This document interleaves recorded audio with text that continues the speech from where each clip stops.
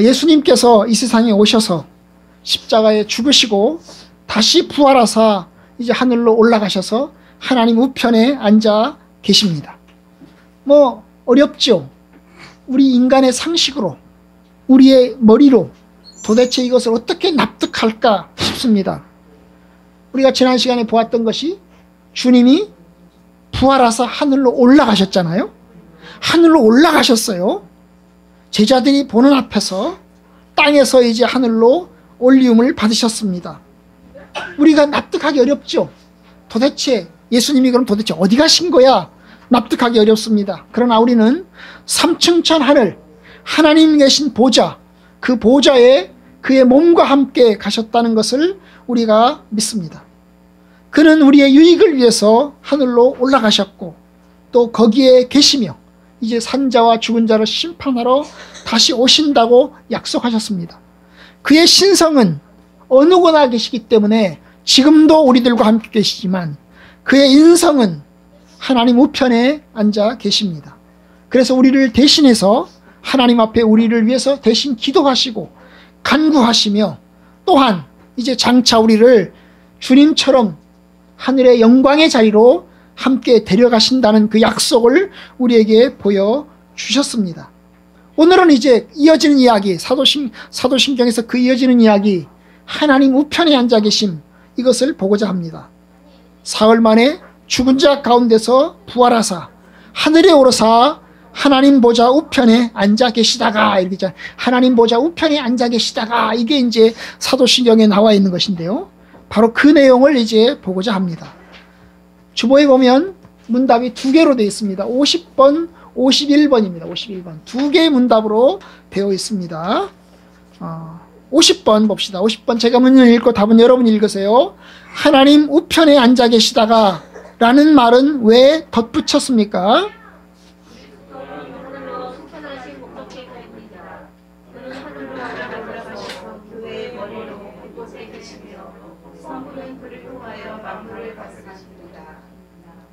여러분, 예수님께서 하늘로 올라가신 것과 하나님 우편에 앉으신 것은 같은 것은 아닙니다. 둘 중에 하나만 이루어질 수도 있는데 하늘로 올라가시거나 하나님 우편에 앉아 계시거나 둘 중에 하나만 이루어질 수도 있는데 성경은 두 가지를 다 얘기하고 있어요.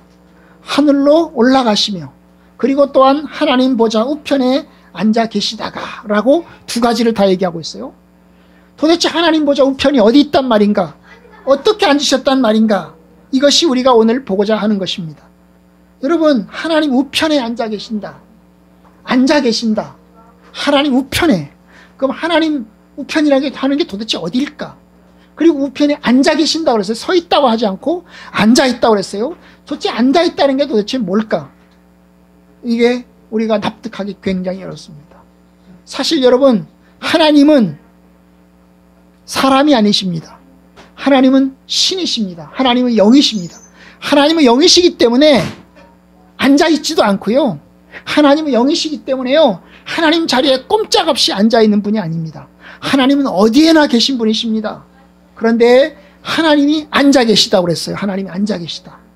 예수님도 마찬가지예요. 예수님도 마찬가지예요.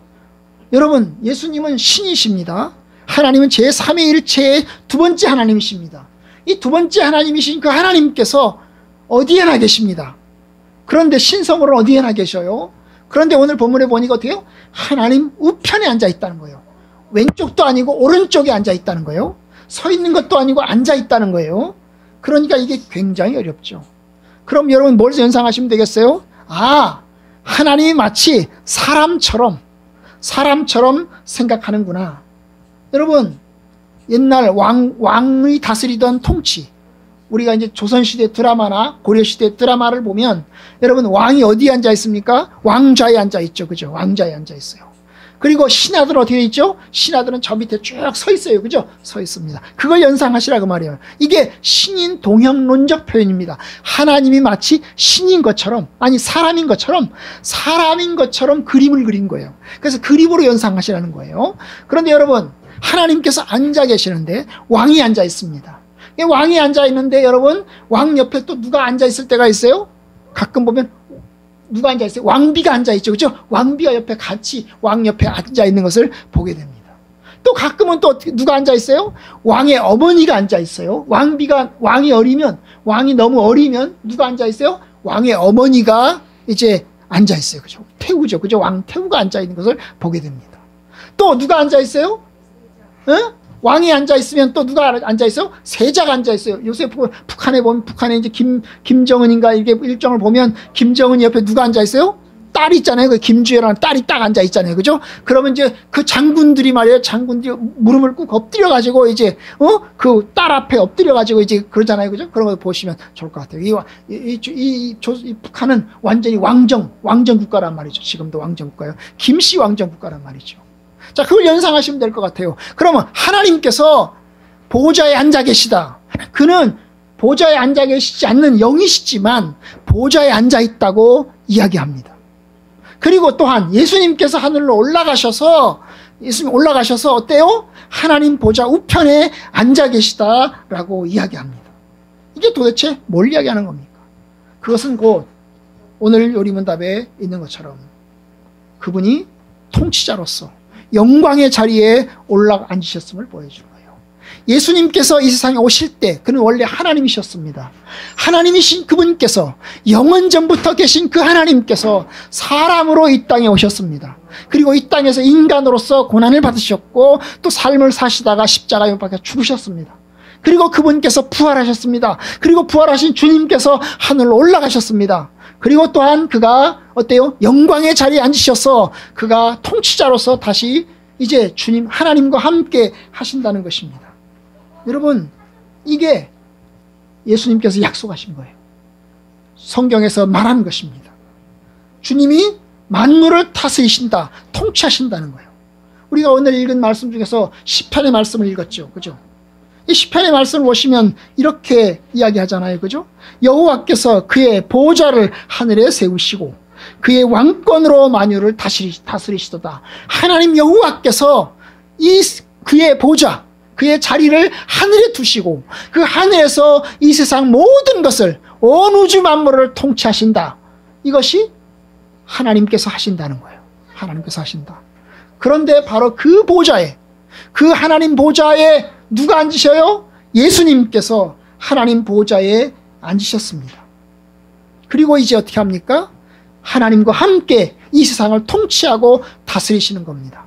그런데 오늘 요리문답을 보면 그의 통치가 두 가지를 이야기해요. 예수님의 통치가 두 가지를 이야기합니다. 그 첫 번째가 뭐냐면 교회를 다스리신다는 거예요. 교회를.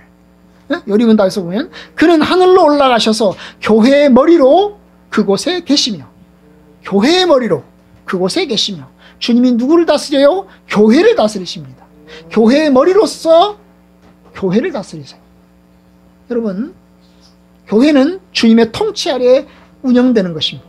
주님이 교회를 다스리신다 할 때 이 교회는 보이는 교회만을 이야기하는 게 아니에요. 1차적으로 보이지 않는 교회를 얘기합니다.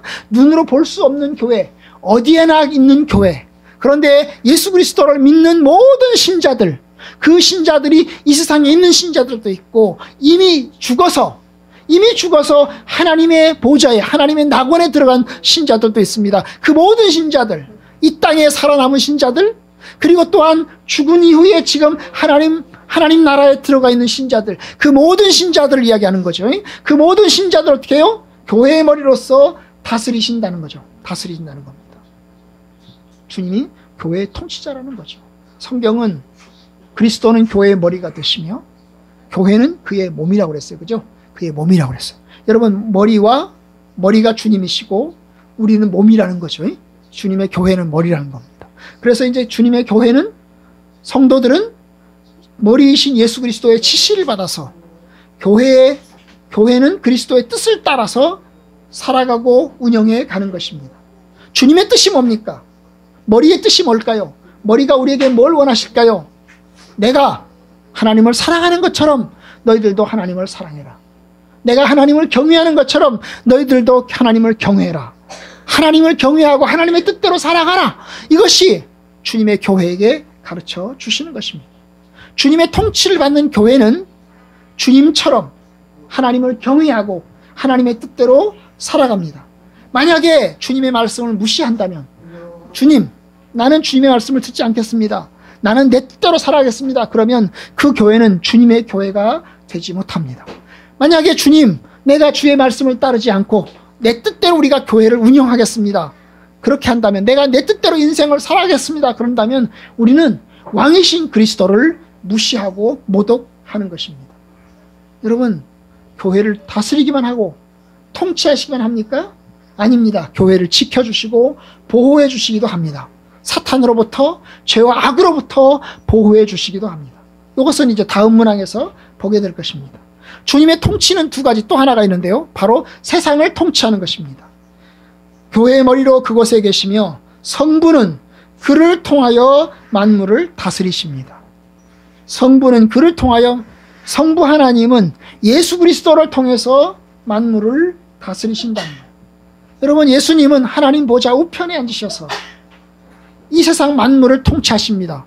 성부 하나님이 통치하시는 그 통치에 누구를 타서 통치하세요?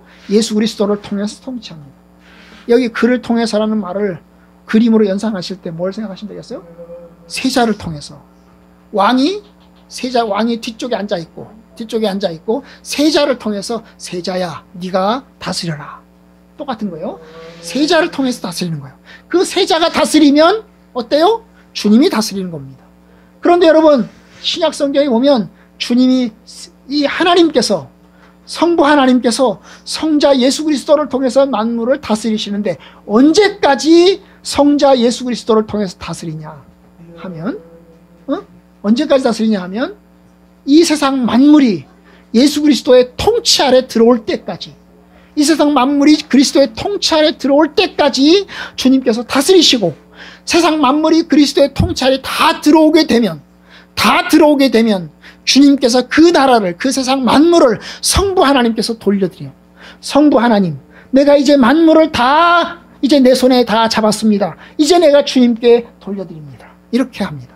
그럼 언제 주님께서 세상 만물을 다 통치하는 일이 일어나겠어요? 그리스도께서 언제 세상 만물을 다 통치하는 일이 일어나겠습니까? 언제겠어요? 바로 주님이 재림하시는 날. 주님이 재림하시는 날, 그때에서야 예수 그리스도의 통치가 완전하게 다 이루어지는 거죠. 그러니까 여러분, 세상에서 하나님께서, 성부 하나님께서 성자 예수 그리스도를 통해서 세상을 다스리시는데, 그 다스림은 지금은 완전히 그리스도께서 다 다스리지는 않으시는 거죠. 왜냐하면 여전히 사탄의 역사가 있고 여전히 악의 역사가 있기 때문에 완전히 그리스도의 통치가 다 이루어지지 않았어요. 다 이루어지지 않았습니다. 그게 언제 다 이루어진다고요?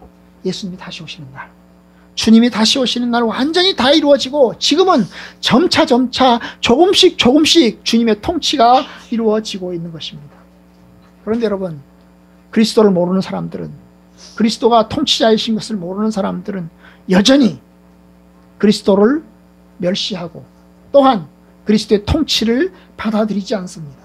심지어 하나님을 향해서 대적하기도 하고 또한 적대하기도 합니다. 하지만 그 적대는, 그 거역은 온전히 성공하지 못할 것입니다. 왜냐하면 주님께서 다시 오시는 날, 산자와 죽은 자를 심판하러 다시 오실 것이다 고 말씀하신 그날, 그리스도의 통치는 온전히 다 이루어질 것이고, 그때가 되면 주 예수 그리스도께서는 그의 모든 나라를 성부 하나님께 돌려드립니다. 그러니까 시한부죠. 주님의 통치, 성부 하나님께서 그를 통해서 만물을 다스리신다. 그것은 시한부적인 것입니다. 마지막 날은, 그것이 온전히 다 이루어지는 날은 성부 하나님께서 다 돌려받고, 성자로부터 다 돌려받고 온전한 하나님의 통치가 다 이루어질 때가 옵니다. 우리는 그 말씀을 믿습니다. 성부 하나님 옆에 성자 하나님께서 앉아 계시고, 그 앉아 계신 주께서 이제 그곳에서 교회의 머리로 우리를 다스리시며 신자들을 다스리시며 또한 만물을 다스리기 시작하셨다는 것입니다. 이것이 주의 약속입니다. 51번 보겠습니다. 51번. 우리의 머리이신 그리스도의 영광이 우리에게 어떤 유익을 줍니까?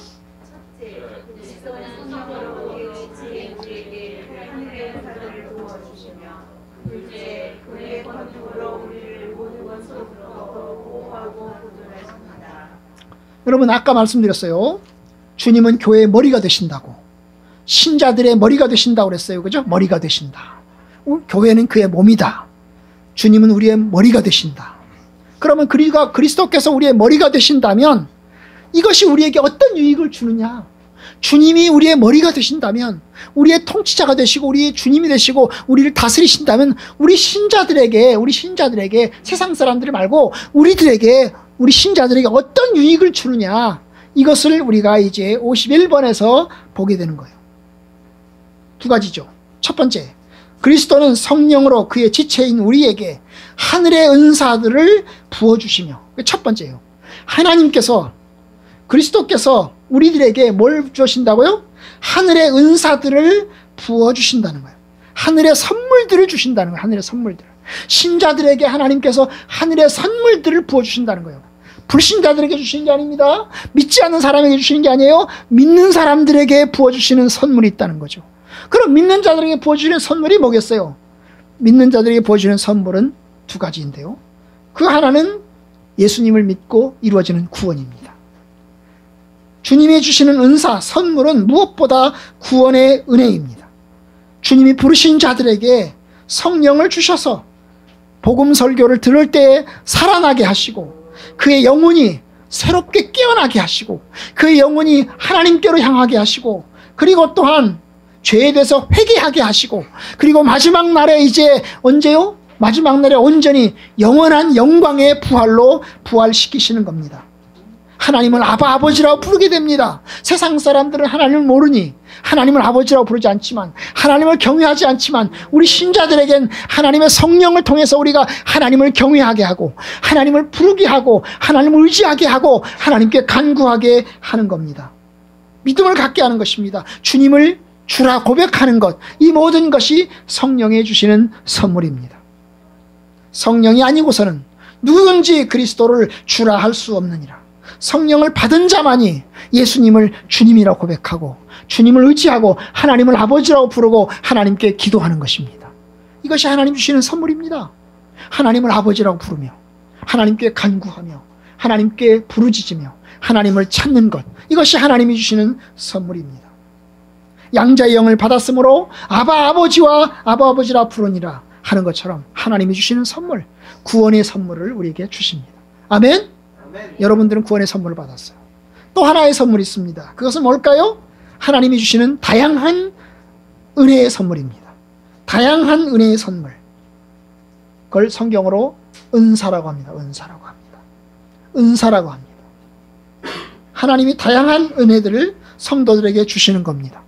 로마서 12장에 보면 하나님께서 우리에게 주신 은혜대로 받은 은사가 각각 다르니, 하나님이 주신 은혜대로, 하나님이 주신 은혜는 똑같습니다.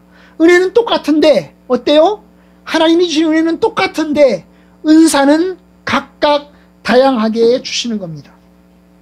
어떤 이는 예언의 은사를, 어떤 이는 섬김의 은사를, 어떤 이에게는 가르침의 은사를, 어떤 이에게는 위로하는 은사를, 어떤 이에게는 구제하는 은사를, 어떤 이에게는 긍휼을 베푸시는 은사를, 어떤 이는 전도함의 은사를, 어떤 이는 병고침의 은사를, 어떤 이에게는 능력 행함의 은사를, 어떤 이에게는 방언의 은사를, 어떤 이에게는 교사의 은사를, 어떤 이에게는 선지자의 은사를, 각각 사람마다 주시는 은혜가 다릅니다.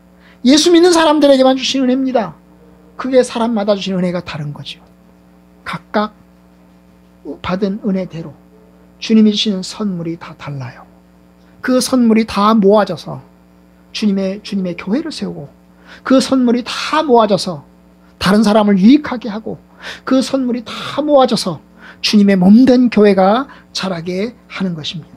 우리 자신이 자라가는 것입니다. 주님이 주시는 선물에 따라서 우리가 그 선물을 활용하고 살아가면서 우리가 기쁨을 누리고 다른 사람을 유익하게 하고 또 다른 사람을 그리스도 안에서 온전케 하는 것입니다. 각각의 은사가 있는데 그것을 아는 사람도 있고 모르는 사람도 있어요. 은혜를 받았는데도 은혜를 받은 줄 모르는 사람이 있고, 은혜를 받아서 그걸 아는 사람이 있어요. 내가 어떤 은혜를 받았구나. 하나님 내게 주신 은혜가 감사합니다. 내가 이 은혜를 가지고 더욱더 하나님을 섬기겠습니다. 이렇게 기쁘게 섬기는 사람도 있고, 어떤 사람은 하나님의 은혜가 있어요. 은혜가 있는데 도대체 뭘 받았지? 하나님이 내게 뭘 주셨지? 그래서 몰라요. 모르니까 그걸 가지고 잘 섬기지를 못해요. 그런데 자라가면서 조금씩 조금씩 자라가면서 이제 그거를 이제 찾아서 그 섬김대로 살아가는 것입니다. 그러면 기쁜 거예요. 기쁜 거예요. 그래서 여러분, 하늘의 은사들을 부어주십니다. 구원의 은사요, 그리고 구원의 은혜요, 또한 동시에 다양한 하늘의 은사들을, 구원의 어떤 능력들을 저에게 베풀어 주시는 겁니다. 이것이 하나님께서 저와 여러분에게 주시는 거예요. 믿지 않는 사람들에게 주지 않아요. 믿는 사람들에게만 허락해 주십니다. 아멘? 그걸 아시고 하나님 내게 구원의 은혜 주셔서 감사합니다. 하나님 내게 하늘의 은사들을 주셔서 감사합니다. 그런데 내가 뭘 주셨죠? 구체적으로 내가 뭘 가지고 어떻게 주님을 섬겨야 되겠습니까? 여러분 한번 세어보세요. 하나님께서 주신 은혜를 한번 세어보세요. 내가 한번 살펴보세요. 도대체 하나님 내게 뭘 주셨나를 찾아보세요. 그리고 그것을 가지고 여러분이 주님을 섬기시기를 바랍니다. 네. 다음 또 하나, 또 두 번째 얘기 뭘까요? 둘째, 그의 권능으로 우리를 모든 원수로부터 보호하고 보존하십니다. 예수님께서 우리의 교회의 머리가 되신다고 그랬어요. 머리가 되시니 어때요? 그의 몸된 교회를, 교회의 몸된 성도들을 어떻게 하신다고요? 보호하고 보존하신다는 거죠. 악한 마귀 원수에게서부터 보존하고 보호하신다는 거예요. 우리 성도들이 악에 빠지지 않도록, 우리 성도들이 타락해서 다시는 세상으로 나아가지 않도록 주님께서 보호하고 보존하신다는 거예요. 물론 예수 믿는 사람들이 세상을 들어갈 수도 있습니다. 세상으로 나갈 수도 있어요. 그러나 하나님이 기억하십니다. 하나님이 기억하세요. 그러다가 어떻게 합니까? 반드시 그를 구원하십니다. 구원하세요. 이것이 주님의 약속입니다. 여러분, 이것이 성경에서 말한 주의 약속입니다. 우리의 주님이 되십니다. 우리의 생명의 왕이 되십니다. 그러니 저와 여러분들을 지키시고 보호하실 것입니다. 아무도 우리들을 빼앗아갈 수 없습니다. 아무도 빼앗아갈 수 없어요. 요한복음 10장에서 오늘 말씀 읽었잖아요. 그죠? 요한복음 10장에서 읽은 말씀이 어떻게 됐어요? 이렇게 돼 있죠. 내가 그들에게 영생을 주노니 영원히 멸망하지 아니할 것이요 영원히 멸망하지 않을 것이요. 내가 그들에게 영생을 줄 거다. 영원한 생명을 줄 거다. 그러니 그들은 영원히 멸망하지 않을 것이다. 또한 그들을 내 손에서 빼앗을 자가 없을 것이다. 아무도 내 손에서 그들을 빼앗아갈 자가 없을 것이다. 내가 그들을 지키고 내가 그들을 보호하고 내가 보존할 것이다. 영원히 지키고 보호할 것이다. 이게 주님의 약속입니다. 주의 약속이에요. 그들을 주신 내 아버지는 많이보다 크심에 아무도 아버지 손에서 빼앗을 수 없다. 아무도 빼앗을 수 없다. 하나님 아버지께서 크시니, 하나님께서 크시니 아무도, 마귀가 하나님을 대적해서 하나님의 것들을 훔쳐갈 수 없고 뺏어갈 수 없다. 하나님께서 반드시 지키실 것이다. 이것이 주님의 약속인 것입니다. 아멘? 아멘. 그러니 이게 우리의 위로입니다. 비록 우리가 고난을 당해서, 큰 핍박을 당해서, 큰 위기를 만날 수 있지만 아무도 우리를 빼앗아갈 수 없습니다. 반드시 우리를 지키실 것입니다. 여러분, 스데반이 돌에 맞아 죽었잖아요.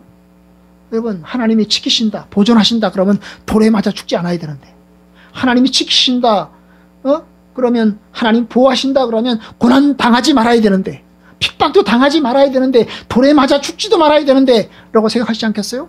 그런데 여러분, 스데반 어땠어요? 돌로 맞아 죽었잖아요. 그죠? 돌로 맞아 죽었어요. 그런데 여러분, 스데반이 돌로 맞아 죽을 때 그는 하늘의 환상을 보았습니다. 스데반이 하늘을 우러러 주목하여 하나님의 영광과 예수께서 하나님 우편에 서신 것을 보았다 그랬어요. 여러분, 하나님이 보호하는 것처럼 보였지만 보호하지 않는 것처럼 또 생각돼요. 하지만 여러분, 그 순간에도 하나님은 알고 계셨어요. 스데반이 돌로 맞아 죽는 그 순간에도 하나님은 기억하고 계셨어요. 그래서 어떻게 하십니까? 스데반에게 보여주신 거죠. 하늘의 영광을 보여주셨고, 특별히 예수님께서 하늘 보좌에서 일어서신 것을 보여주었어요. 그래서 스데반이 이야기합니다. 내가 주님께서 내 우편에 서신 것을 보노라 그러면서 스데반이 죽어요. 여러분, 스데반이 본 것은 특이한 거였어요. 보통 우리가 배운 것은 예수님께서 보좌에 앉아 계신 것을 배웠는데, 스데반이 본 것은 보좌에서 일어나 서 있는 것을 보았습니다. 일어나 서 있다는 게 뭘까요? 여러분, 환영하는 거지요. 주님께서 스데반을 환영하는 겁니다. 내가 너를 보존한다. 내가 너를 지킨다. 내가 너를 축복한다. 내가 너를 환영한다. 어서 오너라. 어서 오너라. 그래서 스데반을 위로하고 그를 맞이하시는 것입니다. 여러분, 주님께서 교회를 지키십니다. 보호하십니다. 보존하십니다. 그러나 핍박도 당하게 하십니다. 보존하고 지키기 때문에 핍박을 안 당하는 게 아니라 고난도 당하고 어려움도 당합니다. 하지만 이기지 못한다는 겁니다. 궁극적으로 이기는 것은 하나님이 이기시고 주님의 교회가 이긴다는 것입니다. 세상과 마귀의 권세가 교회를 이기고 승리할 수 있기도 합니다. 그러나 교회를 무너뜨리지 못하는 것입니다. 여러분, 북이스라엘이 가장 완악했던 때를 보십시오. 여러분, 북이스라엘이 가장 완악했던 때가 아하왕 때입니다. 이 아하왕 때 북이스라엘은 완전히 우상숭배 국가가 되었습니다. 왕과 왕비를 비롯한 모든 백성들이 우상숭배에 관여합니다. 백성들 완전히 우상숭배에 빠져서 살아가게 됩니다. 선지자들을 죽입니다. 그래서 이제 하나하나 다 죽여서 엘리야만 남아있는 것처럼 보입니다. 바알 신, 아세라 신의 선지자들이 득실거리는 세상이 되었습니다. 그때 엘리야는 이렇게 하나님께 부르짖습니다. 이스라엘 자손이 주의 언약을 버리고 칼로 주의 선지자들을 다 죽여버리고 오직 나 혼자만 남았습니다. 나 혼자만 남았습니다. 그런데 그들은 나까지도 죽이려고 하고 있습니다. 하나님, 이 세상 모든 사람들이 하나님의 언약을 버리고 다 우상숭배에 빠져있고 그 선지자들을 다 죽여버리고 심지어 나까지 지금 죽이려고 합니다. 우상숭배하는 거짓 선지자만 득실득실거리는 악한 세상이 되어버리고 말았습니다. 여러분, 이게 절망스러운 엘리야의 모습입니다. 그런데 주님이 말씀하십니다. 내가 이스라엘 가운데 7,000명을 남겨두었다. 바알에 무릎 꿇지 않는 7,000명을 내가 남겨두었다. 도대체 어디 있단 말입니까? 그 바알에게 무릎 꿇지 않는 7,000명이 다 어디 있단 말입니까? 그런데 그들은 다 숨어 있는 거예요. 바알에게 무릎 꿇지 않는 그 7,000명이 어디 있어요? 다 숨어 있는 거예요. 저 동굴 속에, 산 속에 다 숨어 있는 거예요. 그러면서 그 동굴 속에서, 산 속에서 신실하게 신앙생활을 지켜가는 것입니다. 도대체 누가 누구인지 알 수 없지만, 그러나 보이는 것은 전부 다 악한 사람들만 있고 선한 사람들, 하나님 백성들은 하나도 안 보이는 거예요. 하나도 없는 것처럼 보이는 것입니다. 여러분, 그런데 주님은 남겨두신다는 거죠. 하나님이 지키신다는 것은 환난과 핍박이 없다는 말이 아닙니다. 다 평안하고 무사하다는 것이 아닙니다. 환난과 핍박이 있을 수 있습니다. 그리고 교회가 온갖 고난에 폭삭 망가지는 경우도 있을 수 있습니다. 하지만 끝까지 하나님은 지키십니다.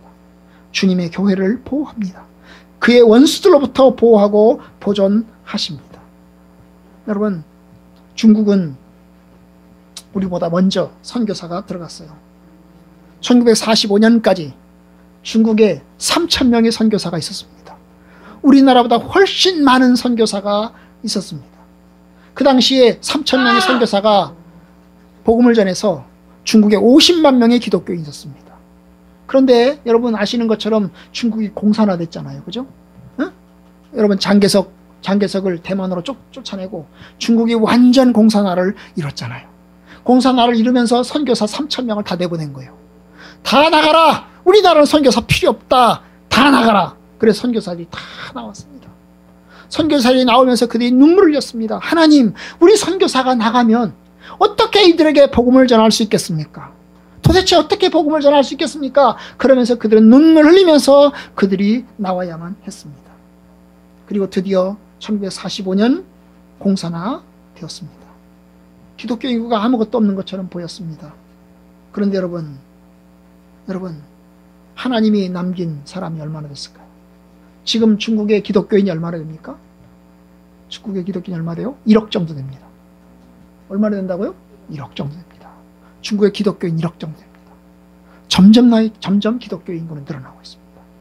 그렇게 교회를 못 짓게 하고 교회 예배를 못 드리게 합니다. 지금도. 예배 드리는 사람들이 있으면 잡아갑니다. 잡아가요. 사형시켜버립니다. 그런데 기독교 인구는 점점 늘어나고 있습니다. 여러분, 북한 어떻습니까?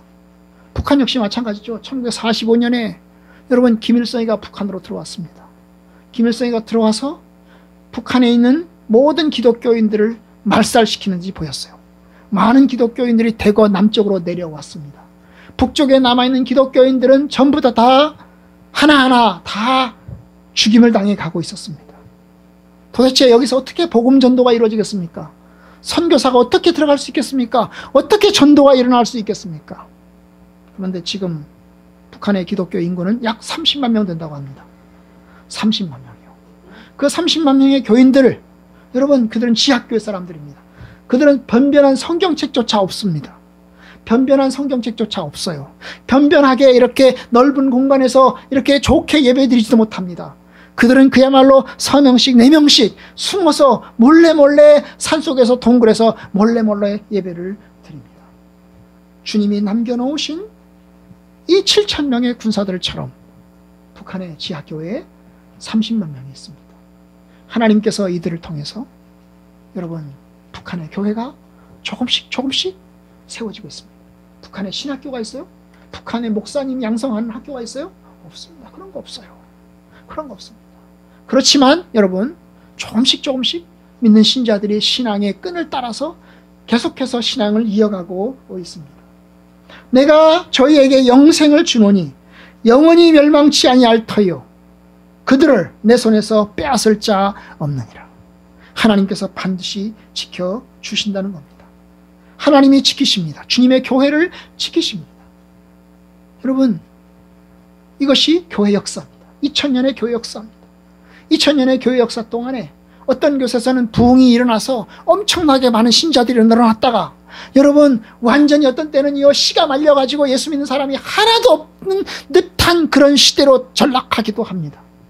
그러나 여러분, 주님의 교회는 여전히 살아있습니다. 주님의 교회는 여전히 역사를 이어가고 있습니다. 이것이 교회 역사의 증언입니다. 교회 역사의 증언입니다. 여러분, 주님의 교회는 이름난 교회 때문에 이어가는 게 아니에요. 주님의 교회는 유명한 목사님 때문에 이어가는 게 아니에요. 주님의 교회는 여러분, 똑똑하고 유능한 신자들에 의해서 이뤄가는 게 아니에요. 대형 교회, 영락교회니 충현교회니 사랑의 교회니 이와 같은 큰 교회들에 의해서 주님의 교회가 이어져 가는 게 아닙니다. 주님의 교회는 그야말로 이름 없이 빛 없이 섬기는 이들 때문에 교회가 이어져 가는 것입니다. 어떤 때는 주님의 교회가 너무 부패해서, 너무나 부패하고 완악해서 그야말로 교회를 쓸어버려야 될 때가 있기도 합니다. 쓸어버리기도 합니다. 요한계시록을 보면 요한계시록에 나오는 7교회가 있어요. 그 요한계시록에 나오는 7교회 중에 어떤 교회는 칭찬이 하나도 없어요. 그 교회를 향해서 칭찬이 하나도 없어요. 온갖 책망만 합니다. 그 교회는 좋은 점이 하나도 없는 거예요. 그런데 좋은 점이 하나도 없는 교회인데도 불구하고 그것이 교회예요. 우리가 생각하기에는 좋은 점이 하나도 없으니까 그냥 완전히 타락한 교회니까 저 교회에는 그야말로 완전히 그냥 쓰레기들만 있겠지, 저는 완전 교회도 아니야, 저런 게 없어져야 돼, 이렇게 생각하겠지만, 그러나 주님은 여전히 그러한 교회들도 사랑하세요. 그리고 그 속에 하나님의 선한 뜻을 이루어가기도 하십니다. 어떤 때는 주님께서 교회의 촛대를 옮기시기도 합니다. 그래서 주님의 교회의 촛대를 옮기시기도 합니다. 부패하기도 합니다. 그러나 여러분, 주님은 그래도 구원하십니다. 이 고린도후서에 보면 바울 얘기가 나와요. 고린도 교회가 우리만한 교회입니다. 큰 교회 아닙니다. 고린도 교회 교인이 기껏해야 20명, 30명 된 교회예요. 근데 20명 된 30명 된 교회인데 이 교회가 거룩한 교회고 존귀한 교회냐? 아니에요. 얼마나 냄새나는 교회인지 몰라요. 여러분, 조그마한 교회인데도요, 교회 안에 파벌이 있었어요. 이쪽 파벌, 파벌이 있었어요. 그 파벌이 팽팽하게 긴장을 하고 있었어요. 나는 바울 파요, 나는 아볼로 파요, 이래가지고 팽팽하게 파벌이 존재하고 있었다고요. 파가 있었단 말이에요. 조그마한 교회인데 그뿐입니까? 이 조그마한 교회 성도들이 성실하고 거룩하게 하나님 말씀을 잘 살아냈냐? 그렇지 않아요. 여러분, 성도들이요, 성도들끼리 조그마한 교회인데 성도들끼리 뭐예요? 세상 말로 소송을 했단 말이에요. 소송을 했어요. 돈 때문이겠죠. 그죠? 소송해봐야 돈 때문이, 이익 때문 아니겠어요? 그 이익 때문에 소송을 했단 말이죠. 사도 바울이 오죽하면 이야기합니다. 너희가 어떻게 믿는 사람들이 믿지 않는 자들에게 가서 그 믿지 않는 사람들 앞에서 너희들이 소송을 벌이고 있느냐? 창피하지도 않냐? 차라리 너희들이 손해보고 말지. 손해보고 말지. 뭐하러 그 짓거리 하고 있냐? 라고 바울이 고린도 후서에서 그 얘기를 합니다. 바울은 또 그런 얘기를 합니다. 너희들 교회 안에 악한 자들이 있다. 그런데 그 악한 자들 때문에 악한 무리가 들어와서 교회를 완전히 쓰레기통으로 만들고 있다. 그런데 너희들이 그 악한 자가 들어왔으면 그 악한 자를 쫓아내야 될 텐데 왜 악한 자를 쫓아내기는커녕 포용하고 앉아있냐? 포용하고 앉아있냐? 그 악한 자 쫓아내라 라고 이야기합니다. 그래야 너희 교회가 거룩해질 거 아니냐? 왜 쫓아내지 못하고 너희들이 포용하고 앉아있냐? 너희들 다 쓰레기통, 똥통으로 만들고 있냐? 그 얘기를 합니다. 그러면서 이야기하기를 뭐라고 얘기합니까? 그렇게 해서 너희들이 악한 자를 쫓아내면, 그렇게 해서 악한 자를 쫓아내면 그 악한 사람 어떻게 될 것 같냐? 악한 사람의 몸은 쫓겨나서 세상에 던져지겠지만 사탄에게 속한 자처럼 되겠지만 그러나 그의 영혼은 구원할 것이다. 여러분, 가끔씩 우리가 하나님을 떠나서 하나님 마음대로 살지 않아서 신자들이 악하게 살아서 하나님께서 안 되겠다 싶어서 어떻게 합니까? 그 영혼을 불러갈 때도 있습니다. 도대체 병으로 쳐도 안 되고 물질로 쳐도 안 되고 도대체 안 되겠어요. 이거 정말 너무나 악하고 악해서 내가 저 영혼 내가 데려가야 되겠다 싶으면 어떻게 합니까? 물질로 쳐도 안 되고 병으로 쳐도 안 되고 그러면 나중에 어떻게 해요? 그 영혼 데려가잖아요. 불러가잖아요. 그죠? 불러가면 우리에게 볼 때는 그것이 고난이요 십자가이지만 여러분, 하나님께서는 그 영혼을 온전히 구원하는 겁니다. 아멘? 아멘. 그 영혼을 살려야 되겠으니까, 그 영혼을 구원해야 되겠으니까 안 되겠다 그냥 놔뒀다가는 완전히 마귀에게 빠져버리겠다고 하면 그때 가서는 어때요? 차라리 내가 그 영혼을 내가 데려가야 되겠다. 이렇게 해서 하나님이 그 영혼을 불러가신다니까요. 그렇게 해서도 보호하세요. 데려가심으로 보호도 하세요. 데려가심으로, 우리를 죽이심으로 보호하기도 하세요. 그러나 어쨌든 주님께서는 주님의 교회를, 성도들을 그의 원수들로부터 보호하고 지키십니다. 우리가 아무리 어려운 상황에 빠진다 할지라도 주님이 지키십니다. 때로는 큰 질병 가운데 빠진다 하더라도 지키십니다. 또 때로는 우리가 치매에 걸린다 하더라도 지키십니다. 저는 이제 신자들이 오래 살면서 치매에 걸리는 것을 종종 보게 됩니다. 저는 목사님들은 치매에 안 걸리는 줄 알았습니다. 그런데 목사님들도 치매에 걸려요. 사모님들은 치매에 안 걸리는 줄 알았습니다. 그런데 사모님들도 치매에 걸리세요. 아시는 것처럼 영락교회 한경직 목사님도 마지막에 치매에 걸리셔서 고생하시다가 돌아가셨어요. 그러니까 여러분, 믿는 사람들도 마지막에 치매에 걸리십니다. 치매에 걸리면 정신이 온전하지 않잖아요. 그죠? 정신이 온전하게 하나님을 경외하고 하나님의 뜻대로 온전히 살아가는 게 불가능하잖아요. 그죠? 그렇지만 그런 상황이 있다 할지라도 하나님께서 그 영혼을 지키신다는 거예요. 그의 영혼을 지키신다는 거예요. 비록 그의 영혼이, 그의 생각이 온전하지 못할지라도, 그의 생각이 자기의 뜻과 자기의 의지대로 움직이지 못할지라도 여러분, 하나님께서 그 영혼을 지키십니다. 믿습니다. 그러니 여러분, 성경에 하신 말씀처럼 내가 그들에게 영생을 주노니 영원히 멸망하지 아니할 터이요 그들을 내 손에서 빼앗을 자 없느니라. 내가 반드시 지키겠다. 내가 반드시 보호하겠다. 주님 약속하셨습니다. 하나님 보좌의 우편에 계신 주님께서 그와 같은 약속을 이루셨습니다. 여러분, 주님 약속을 믿고 여러분, 우리 보좌에 앉아 계신, 하나님 보좌 우편에 앉아 계신 주님 예배하고 경외하고 주님을 의지하며 나아가는 성도들 되기를 바랍니다.